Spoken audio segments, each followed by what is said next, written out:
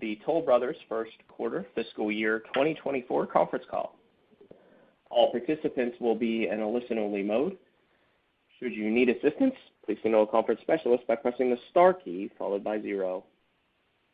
After today's presentation, there will be an opportunity to ask questions. To ask a question, you may press star and then 1 on your telephone keypads. To withdraw your question, you may press star and 2. The company is planning to end the call at 9:30 when the market opens. During the Q&A, please limit yourselves to one question and one follow-up. Please also note today's event is being recorded, and at this time, I'd like to turn the floor over to Douglas Yearley, CEO. Please go ahead. Thank you, Jamie. Good morning. Welcome and thank you all for joining us. Before I begin, I ask you to read our statement on forward-looking information in our earnings release of last night and on our website. I caution you that many statements on this call are forward-looking based on assumptions about the economy, world events, housing and financial markets, interest rates, the availability of labor and materials, inflation, and many other factors beyond our control that could significantly affect future results. With me today are Marty Connor, Chief Financial Officer, Rob Parahouse, President and Chief Operating Officer, Fred Cooper, Senior VP of Finance and Investor Relations, Wendy Marlette, Chief Marketing Officer, and Greg Ziegler, Senior VP and Treasurer. I'm very pleased with our strong first quarter results. We beat our guidance across the board and saw another quarter of solid sales, with contracts up 40% in units and 42% in dollars compared to last year. In addition, since the start of the spring selling season in mid-January, we have seen a meaningful uptick in demand that has continued through this past weekend. In our first quarter, we delivered 1,927 homes at an average price of approximately $1 million, generating record first quarter home sales of $1.93 billion, up 10.4% in dollars compared to the first quarter of fiscal 2023.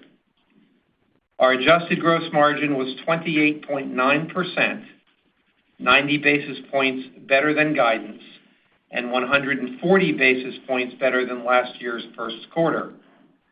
The outperformance versus our guidance was due to mix, driven by earlier than expected deliveries in certain of our higher margin Pacific and Mid-Atlantic communities, and fewer than expected deliveries in lower margin mountain communities.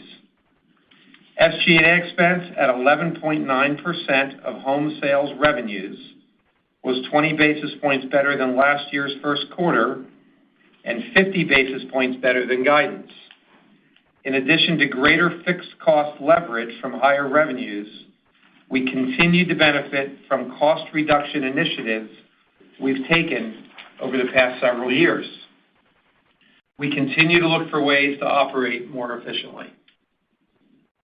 Pre-tax income was $311.2 million, and earnings per share were $2.25 diluted, up 23% and 32% respectively compared to last year's first quarter.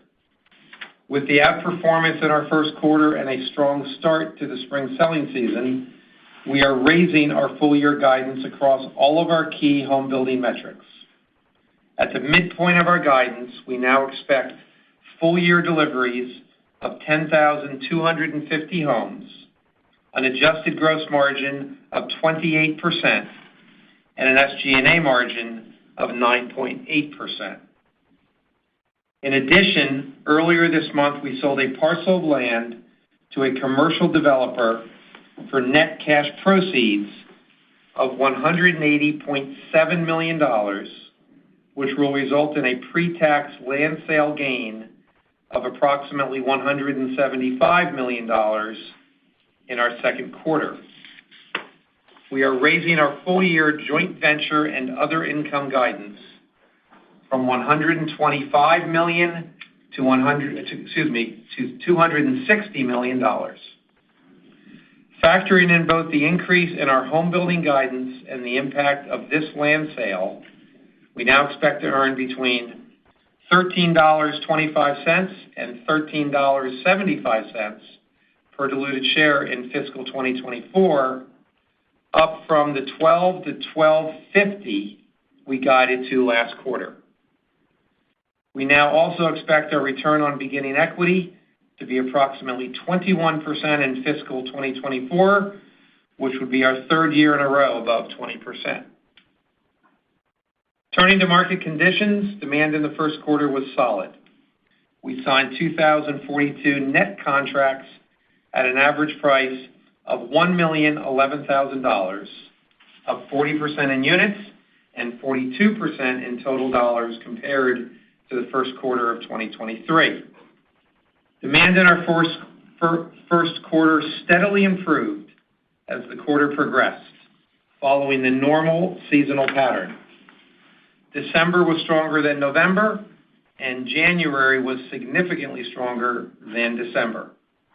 Based on both deposit and agreement activity, our January was better than normal seasonality. The strong demand has continued through the first 3 weeks of February. From a geographic standpoint, demand was broadly distributed across our footprint. We saw particular strength in our Pacific region, including all of California and Seattle, and also in Las Vegas, all of Texas, Denver, and from Atlanta up through Boston.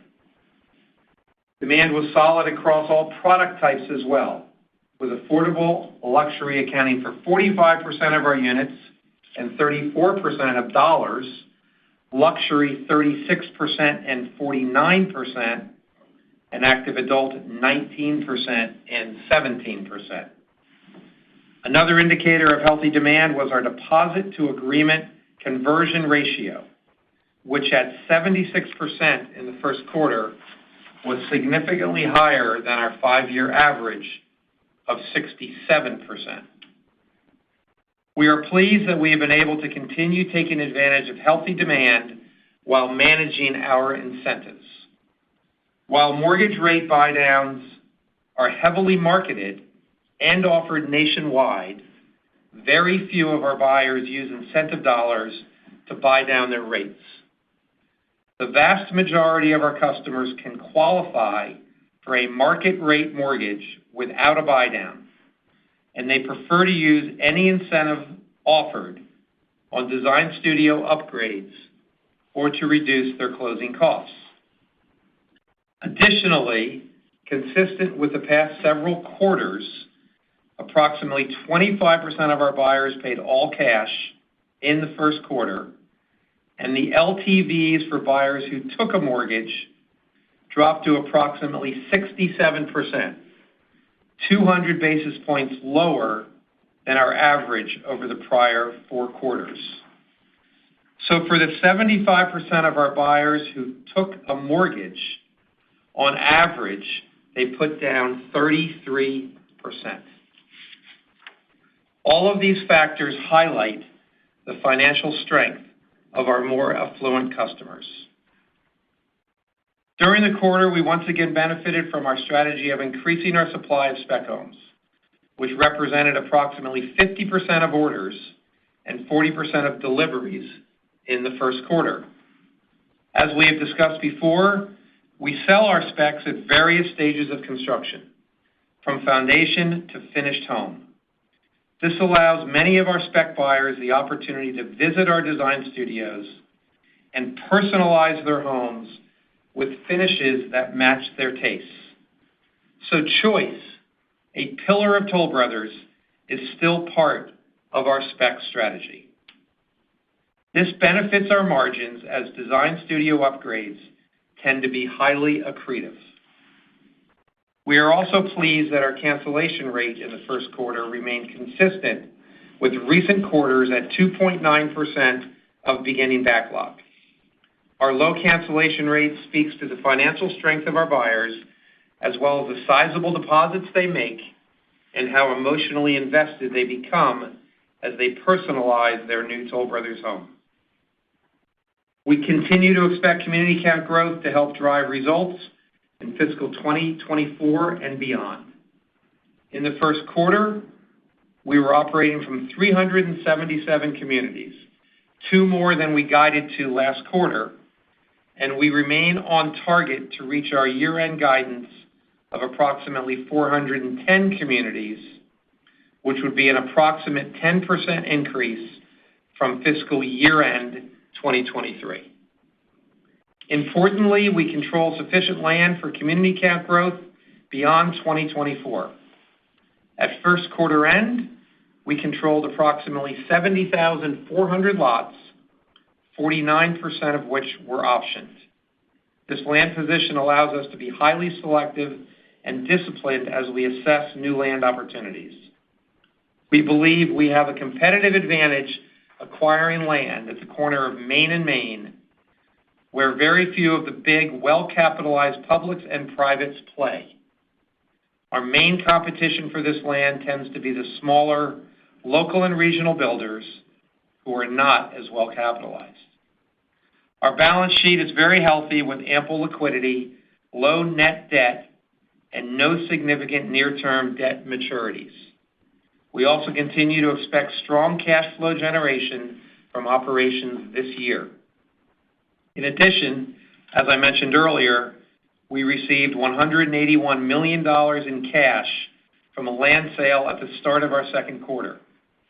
As a result, we are increasing the amount we are budgeting for fiscal 2024 share repurchases from $400 million to $500 million. Longer term, we continue to expect buybacks and dividends to remain an important part of our capital allocation priorities. With that, I will turn it over to Marty. Thanks, Doug. We are very pleased with our first quarter results. We grew both our top and bottom lines and operated more efficiently compared to last year. First quarter net income was $239.6 million, or $2.25 per share diluted, up 25% and 32% respectively, compared to $191.5 million and $1.70 per share diluted a year ago. Our net income and earnings per share were both first quarter records. We delivered 1,927 homes and generated home building revenues of $1.93 billion. The average price of homes delivered in the quarter was $1,003,000. We signed 2,042 net agreements for $2.06 billion in that first quarter, up 40% in units and 42% in dollars compared to the first quarter of fiscal year 2023. The average price of contracts signed in the quarter was approximately $1,011,000.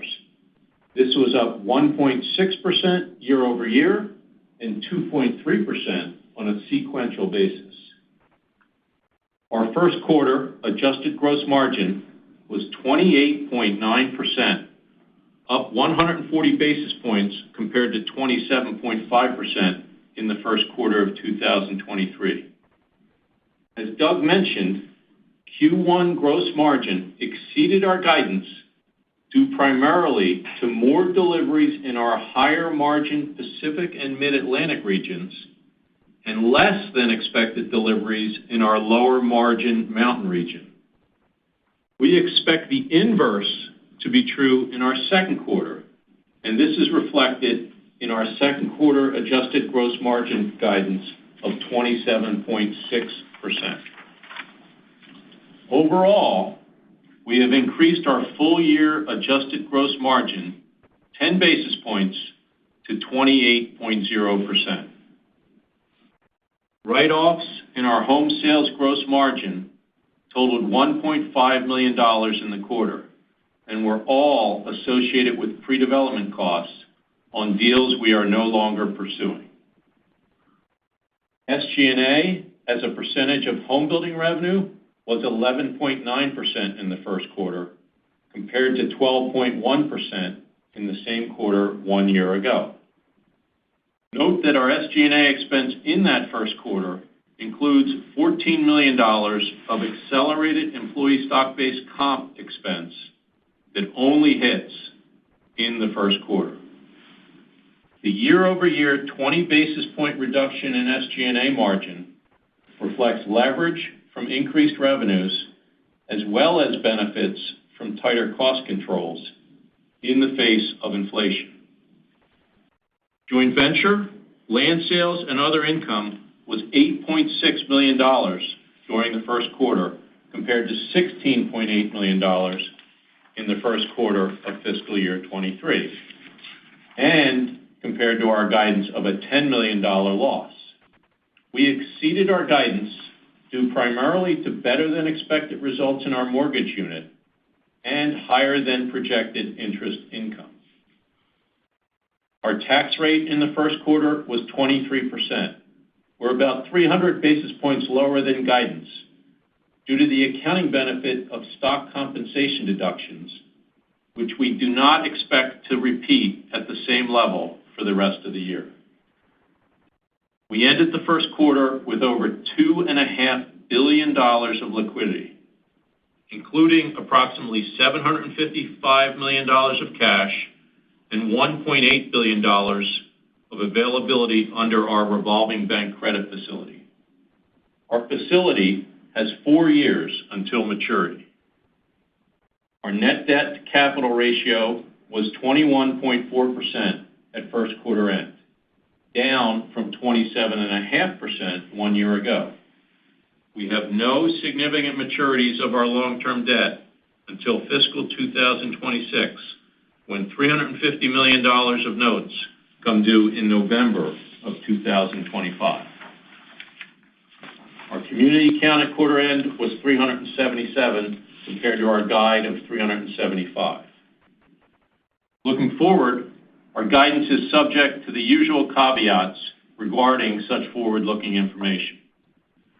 We are projecting fiscal 2024 second quarter deliveries of approximately 2,400 to 2,500 homes, with an average delivered price of between $1 million and $1,010,000.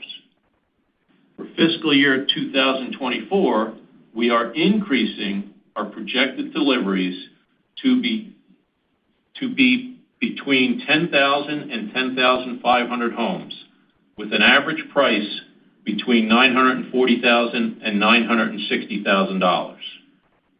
As I noted earlier, we expect adjusted gross margin to be 27.6% in the second quarter and 28% for the full year, 10 basis points better than our previous full year guidance.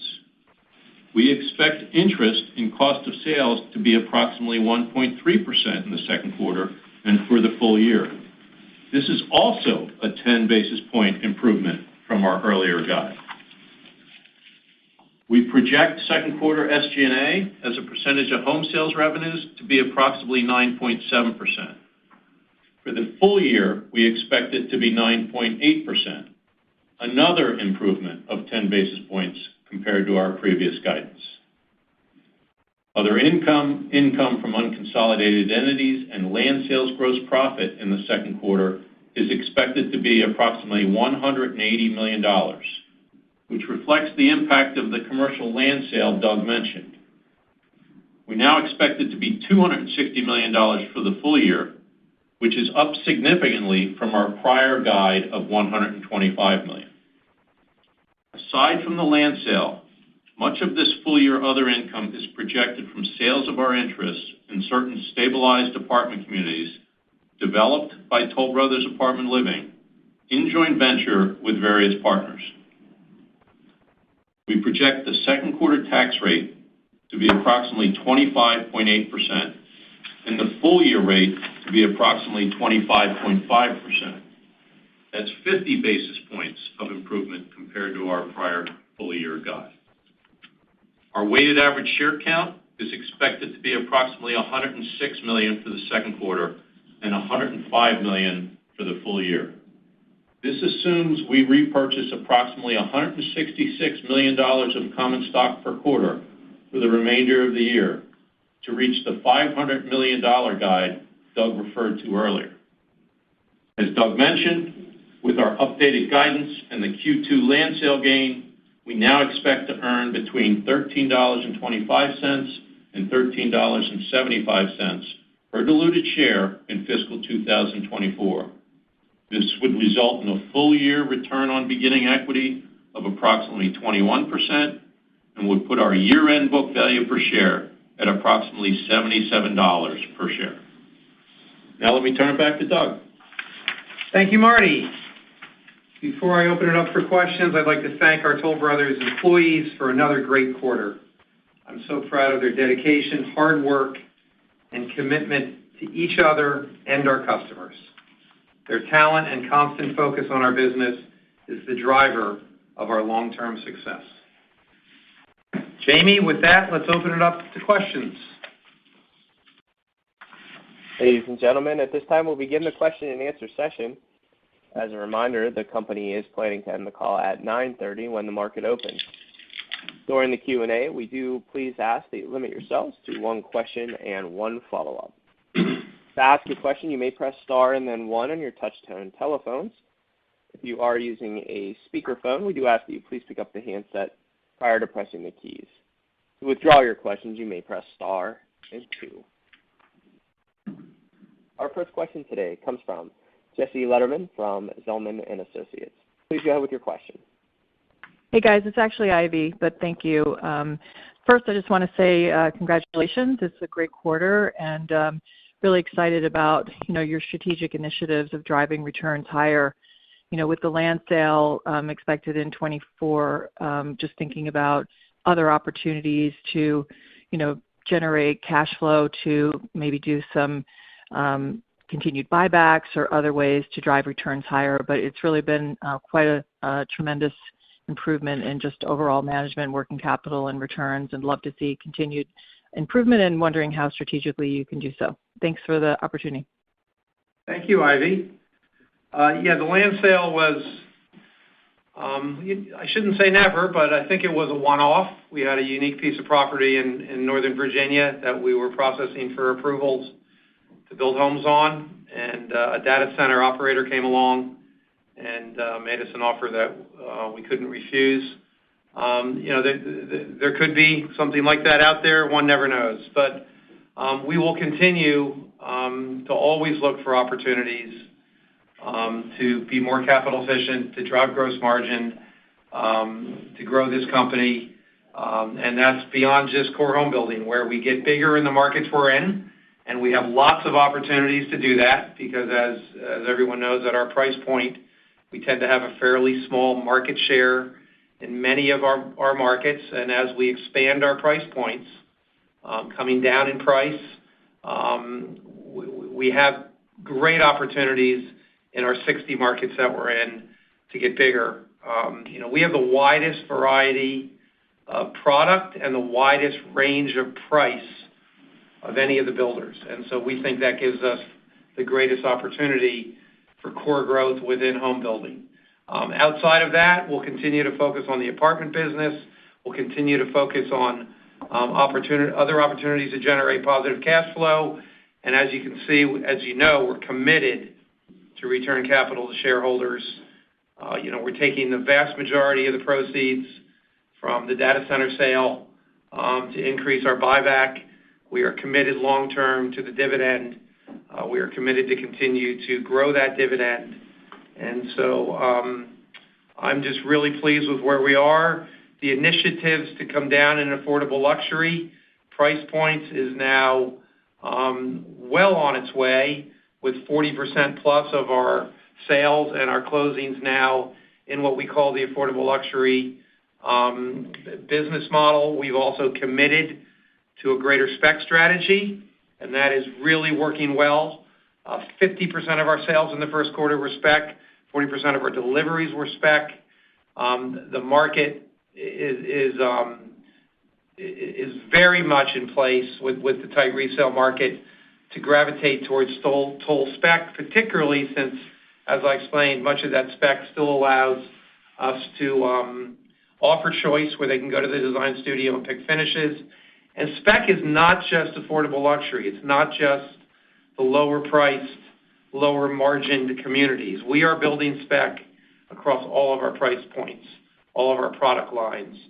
And so you gave me a general question. I gave you a general answer. No. It's really helpful. I think one thing that you've also done is a significant debt reduction, which the balance sheet is the best position it's ever been in. So I think that you're probably, my guess would be at a debt to capital level that you're comfortable with. So are there opportunities for bolt-on acquisitions, given that privates are really disadvantaged for many reasons, not to mention cost of capital? Or is it more likely that you'll continue to grow organically and focus on share buyback to be capital efficient and generate higher returns? Yeah, thank you. We're always in the conversation on M&A. We've acquired 15 builders in 30 years. We're very selective. I'm very happy with our geographic footprint, so I can't tell you that there's 5 or 10 markets out there that we really want to get into where you use M&A most often to enter a new market. But there are a few markets we're looking at that are new, and there's many opportunities for bolt-on M&A to get bigger and diversify the offering in an existing market. About 5 of our 15 acquisitions were in existing markets, so those opportunities still exist. You're right, the M&A market has heated up a lot, and we are certainly studying opportunities. But I think you're going to see more with capital return to shareholders with TOL than you're going to see new M&A. Great. Well, good luck, guys. Thank you. Thanks, Ivy. Our next question comes from Sam Reed from Wells Fargo. Please go ahead with your question. Awesome. Thanks so much, guys, and congrats on the quarter. I wanted to touch on the updated delivery guide for 24. Yeah, it clearly shows you're seeing some momentum into spring, but my question is kind of help us gauge the level of conservatism that might be embedded in that outlook. And what would we need to see specifically in March and April for you to be comfortable to take that number up again?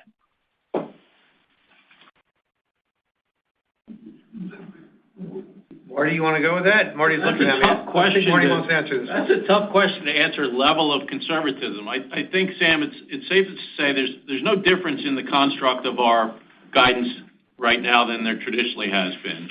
I think, obviously, if we see a really strong March and April, particularly with our spec strategy, that could result in additional deliveries beyond the guide that we've given.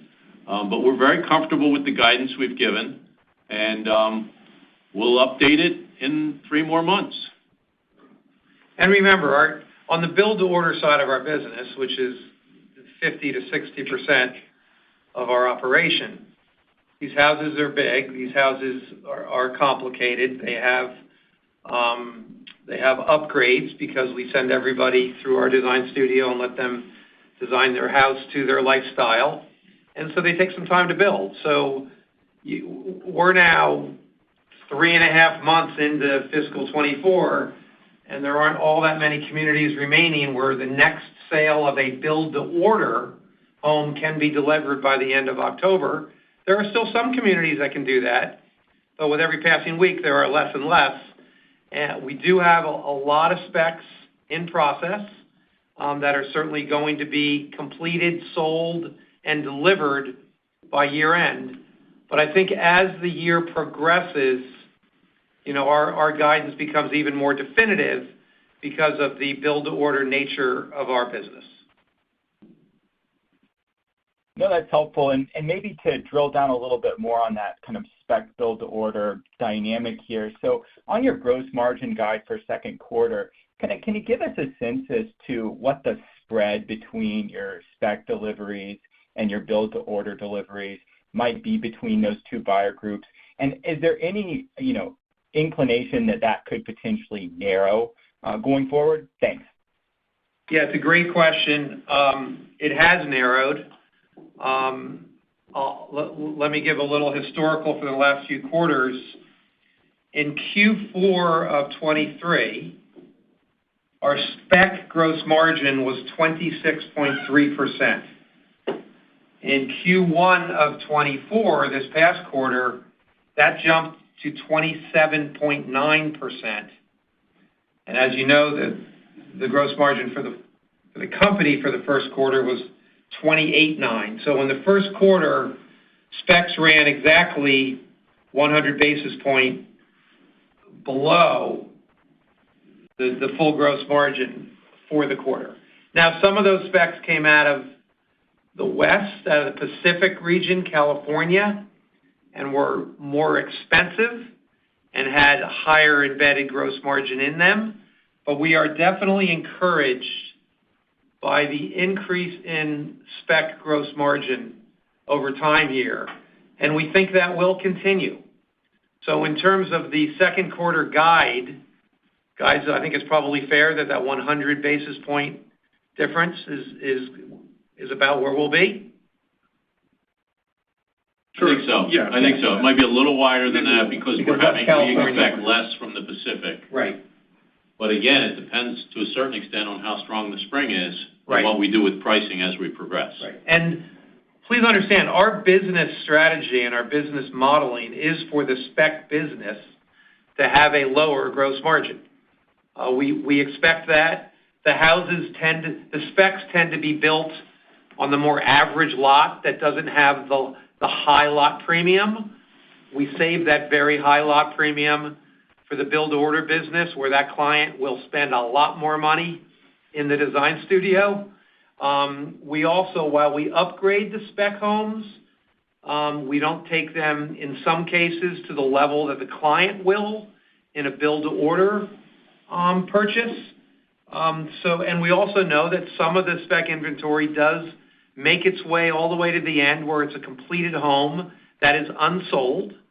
And when that does happen, we know we may have to incentivize a bit more to move it because it's standing finished inventory that can deliver. So our strategy has always been, as we got into the spec business, that there would be a lower gross margin, but we're very pleased with how close it has been to the overall company's margin.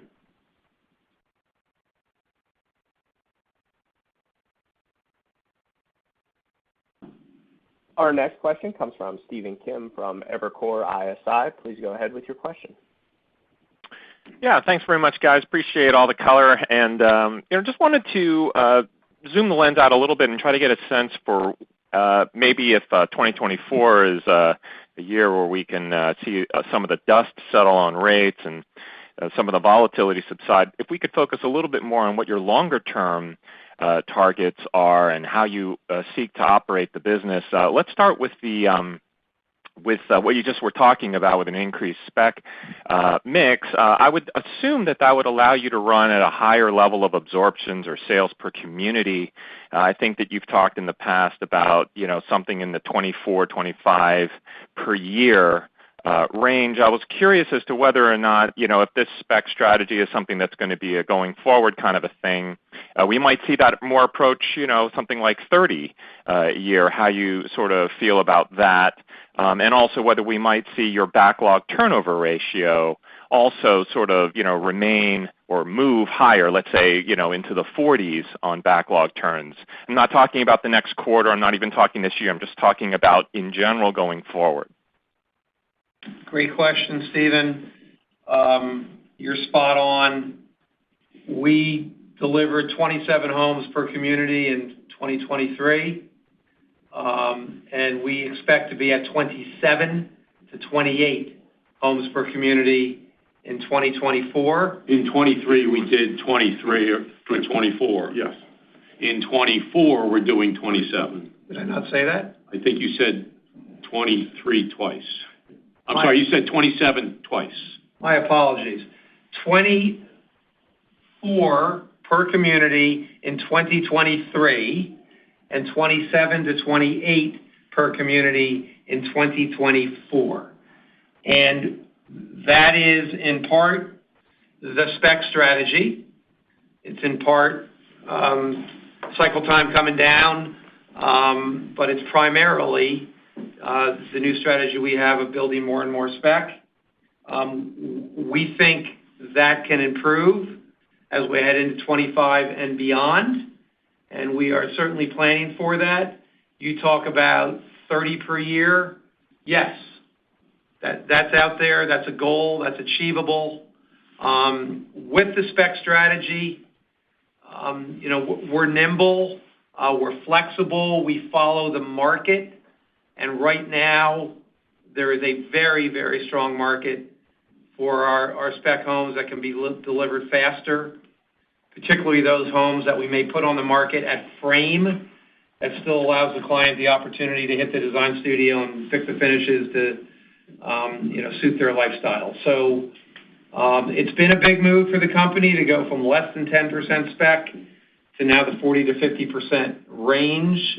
We are committed to it, and it's going to be another reason why we think we can increase community absorptions, and that's where we're certainly headed. The existing homes, the resales on the market are still historically tight. Even with a modest drop in rates, that has not freed up the resale market. There is still a lock-in effect. And let's not forget, even as rates do come down, which I think they will, and that market begins to modestly loosen up, the average resale home is now 45 years old. There is a flight to new. That is not just because of unavailable inventory due to the lock-in effect, but because of the quality of that resale inventory, and that will continue even as rates come down and the resale market unlocks. Great, yeah, appreciate that. I didn't hear the backlog turn comment, I don't think, in terms of where we could see that going. But so I don't get cut off, I want to make sure I ask my second question, which is about gross margins and SG&A and basically operating margin. You've given a rubric for this year, or you've given guidance this year for effectively a 17% operating margin with an SG&A rate that's kind of in the high nines. So I wanted to sort of think about that in the same kind of context, like kind of how you think about your business longer term.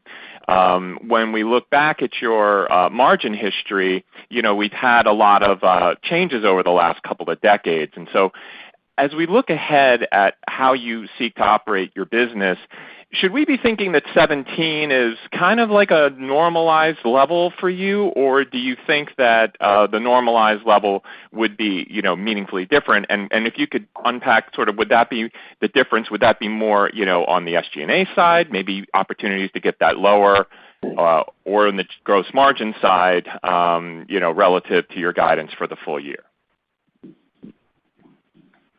So, Stephen, I think operating margin is very important to us.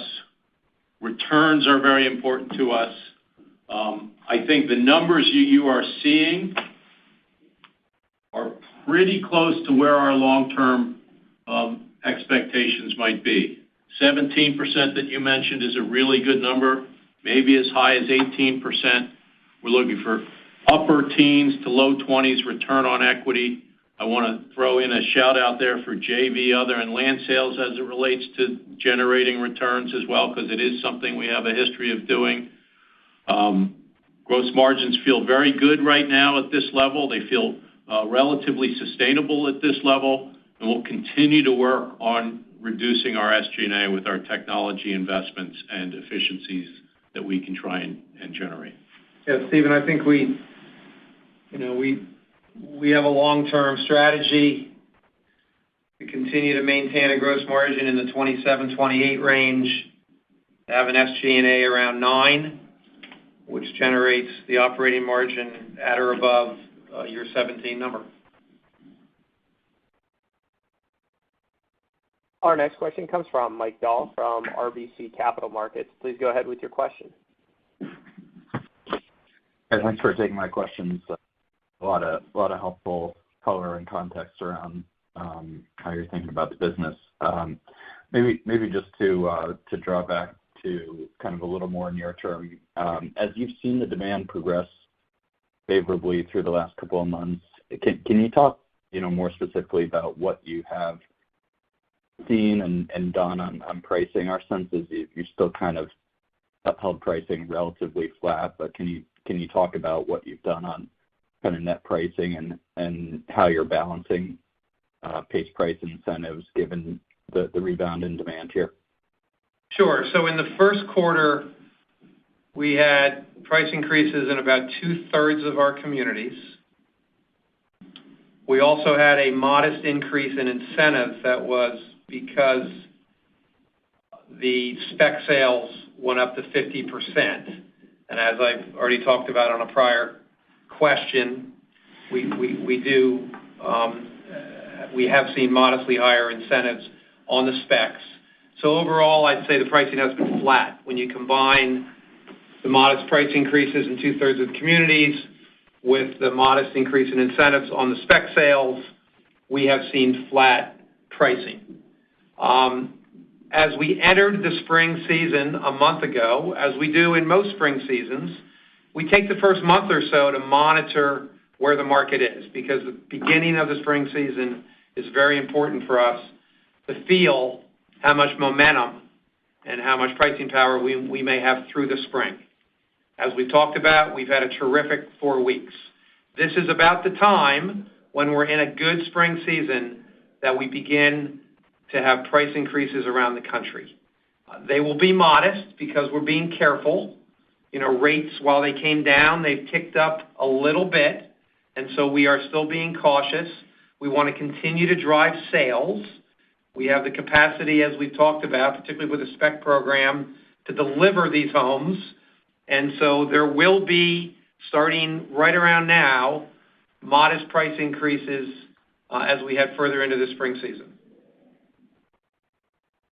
Got it. Okay, yeah, that touched on kind of a follow-up in terms of how you were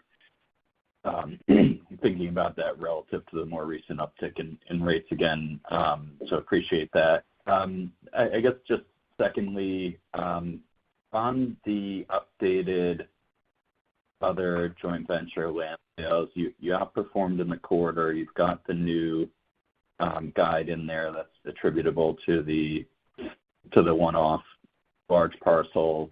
It seems like you didn't increase the guide by the full amount of this land sale. So maybe can you just talk through what some of the other moving pieces are in that line, whether it's kind of some of the delayed JV interest sales or anything that kind of got pushed out into fiscal 25?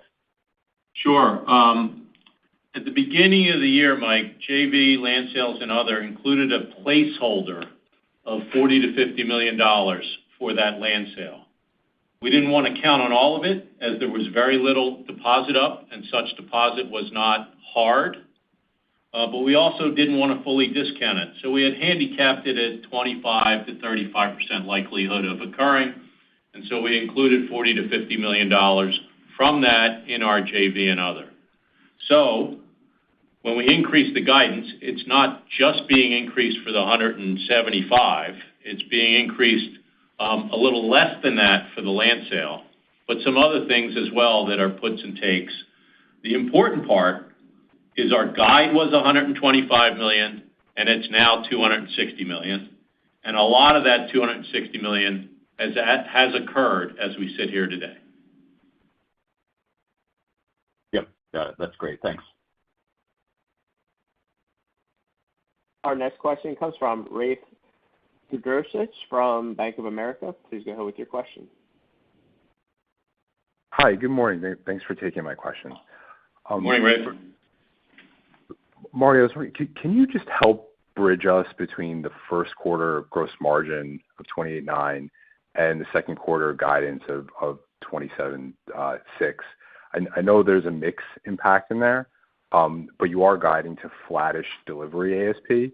So I just wanted to understand, like, how much was the unexpected mix benefit to 1Q? Is that the full 90 basis points? And then what is the sort of reversal of that or normalization in the second quarter? Yeah, I think the majority of the 90 basis points was driven by the acceleration of high margin mix. And so there'll be an inverse effect from that in the second quarter. Another component of our outperformance in the first quarter, Doug touched on earlier, in that our QMI gross margin came in a little better than we expected. The spec QMI is our internal term for quick move-in homes. Spec is what you guys understand. In the first quarter, came in a little better than we thought. As we look at our second quarter, we expect less Pacific and high-margin Mid-Atlantic deliveries. We also expect more QMIs as a percentage of total specs, as a percentage of total than happened in the first quarter. But Thank you. That's really helpful. Let's not get too hung up on quarter to quarter because the full year gross margin guide has been increased by 10 basis points. And another 10 basis points on interest in cost of sales. Right.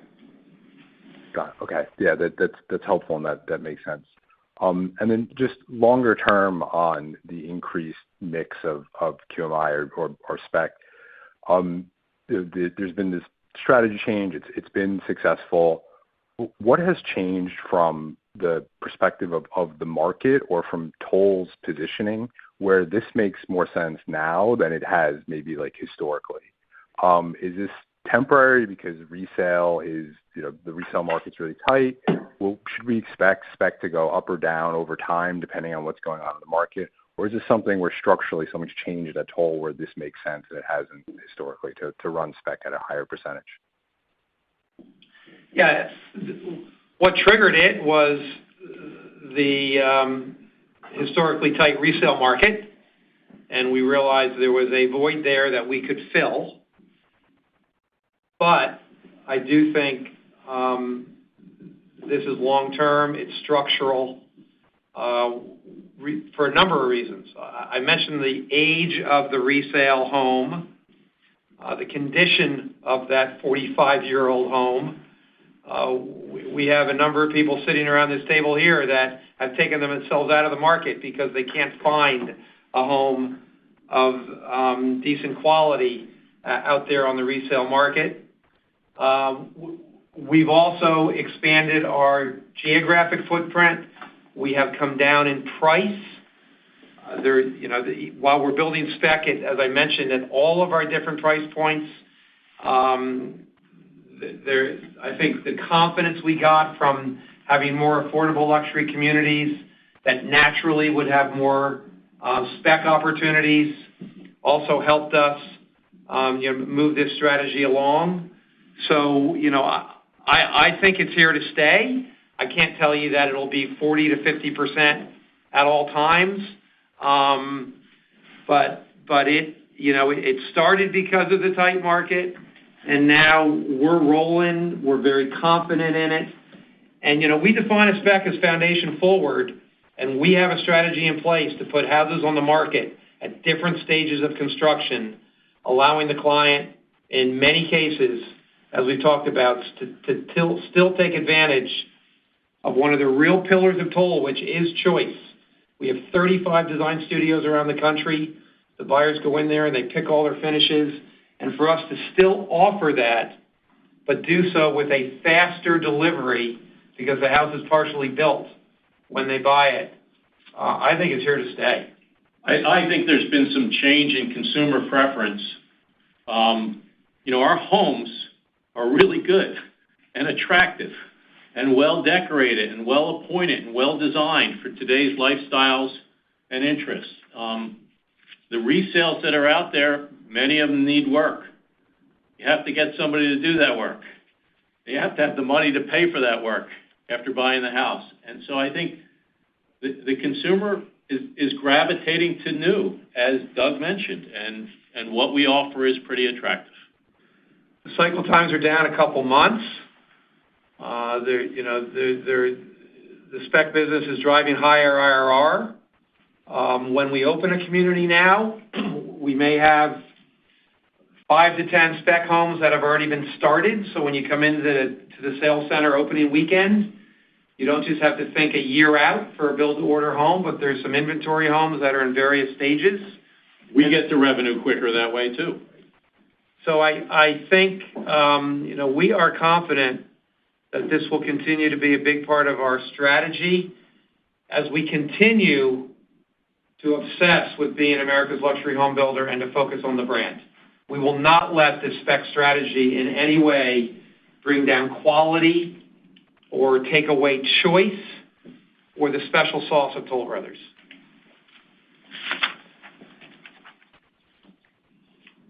Our next question comes from John Lovallo from UBS. Please go ahead with your question. Good morning, guys. Thanks for taking my questions. The first one is, if we look 2015 to 2019, so pre-COVID, absorptions increased, call it 60 to 65% on average from the first quarter to the second quarter. You guys have talked about better than normal seasonality, going on right now. So just curious how you're thinking about that potential step up this year. So I mentioned that January had outsized sales to December and November, looking at past trends. And February is following normal seasonality that we have seen looking back at historic trends. Our traffic in the last week was the highest week of foot traffic into our model homes since February of 22. Our web traffic is up dramatically. We have great optimism for what's coming this spring, with a really good start in January and February. I think that's the best answer I can give. Okay, no, that's helpful and encouraging. All right, if we look at the first quarter, or actually the first, I guess the delivery ASP that you guys are talking about is slightly north of $1 million here in the coming quarter. And if we think about sort of the full year guide of 940 to 960, that would imply a pretty good step down. Curious, you guys did talk about mix. Is that the largest driver here, or are we missing something? It's all. It's the entire driver. Our strategy from a few years back to come down in price to pick up bigger market share is now in place and is coming through in deliveries. So we are celebrating this drop in price because the strategy is working, and so that's it. It's 100% mix. And that mix shift is more south, more mid-Atlantic, a little bit more affordable luxury, and a little bit more age-targeted, age-restricted than the first half of the year. Helpful. Thank you, guys.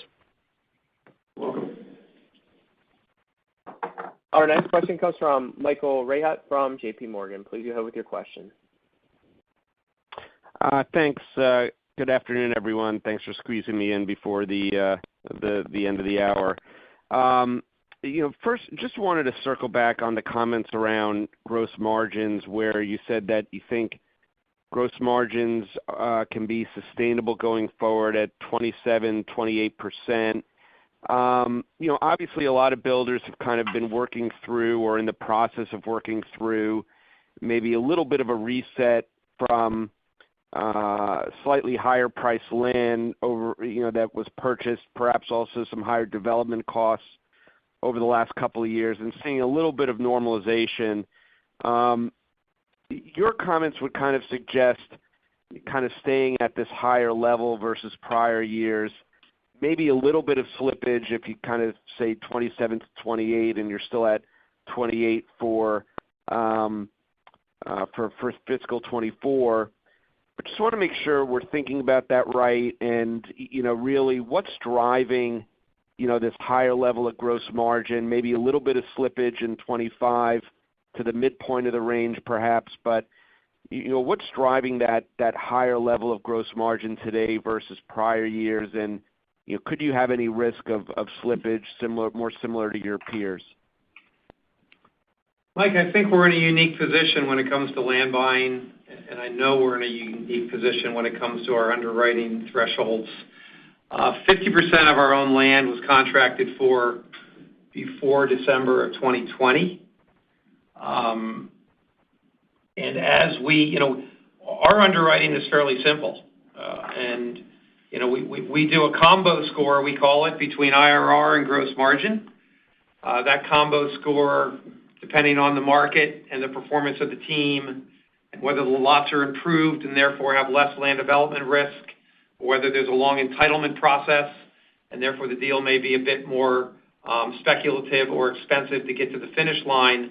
That ranges from the low to mid 50 combo to 60 plus combo.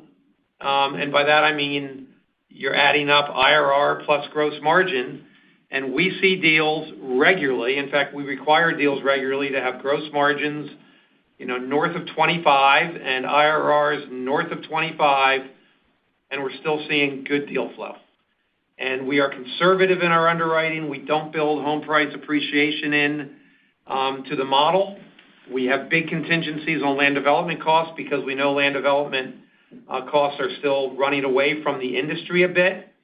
And I think the main reason for it, not only do we have great land teams around the country who are incredibly hardworking and diligent, but we generally, at the corner of Main and Main, where we build, do not compete with the large publics and privates that are well capitalized and are accepting significantly lower returns to grow their companies.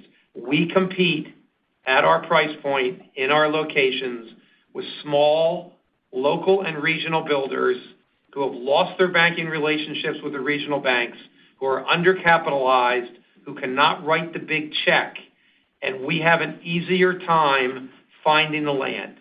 And that's just proven out by the 20 to 25 land deals I get every Sunday night that I still review that have good, solid returns. That's what gives us the confidence. Right.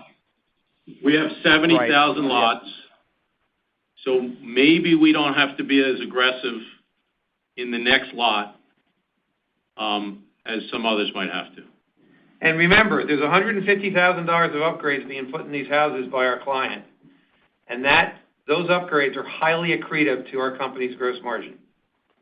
So we are driving. Now that goes in the underwriting, of course. As we buy land, we know we're going to sell those upgrades. But that is driving an added margin because choice deserves an added margin. It's more difficult. It takes longer. More can go wrong. So we expect and we deserve that higher margin. Right. And I think you've said before that the combo IRR and gross margin that you're looking for has increased roughly 10 points over the last few years. Maybe, Marty, you can just touch on that as well. But the second question, just going back to the ASP question, you kind of kept the 940 to 960 for the full year. You're doing $1 million in the first half. That would suggest something around low nines in the back half. And just want to kind of make sure we're thinking about it correctly without giving guidance for 2025. But that low nines, call it maybe 920, maybe a little adjusted because of higher revenues. If that's the right kind of starting point that we should be thinking of for fiscal 25. Yeah, as I mentioned, I think our strategy to move into affordable luxury is now fully in place. So I think the drop you're seeing in the second half of 24 to the low nines is reflective of the future business of TOL. And our final question. Please go ahead. Comes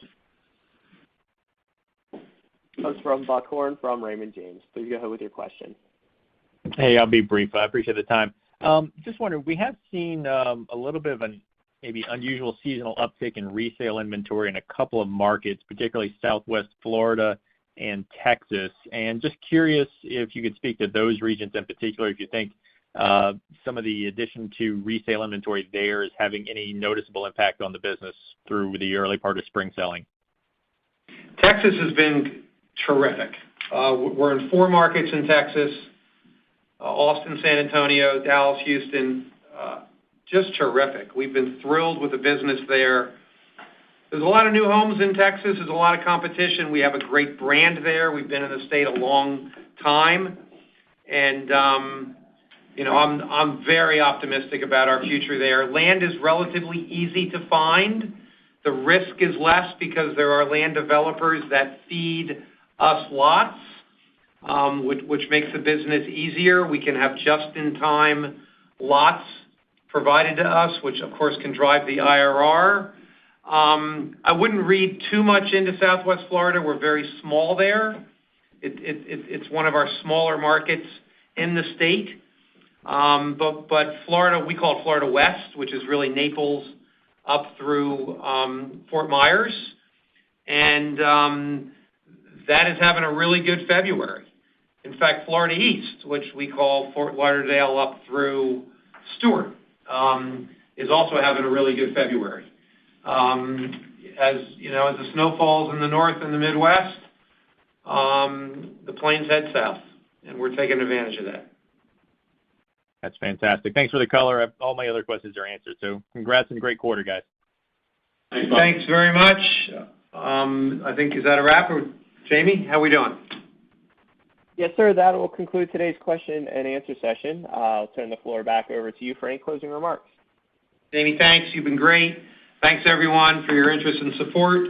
As always, great questions. We're always here offline to answer any follow-ups you may have. And thanks again. Take care. And with that, ladies and gentlemen, we'll conclude today's conference call and presentation. We thank you for joining. You may now disconnect your lines.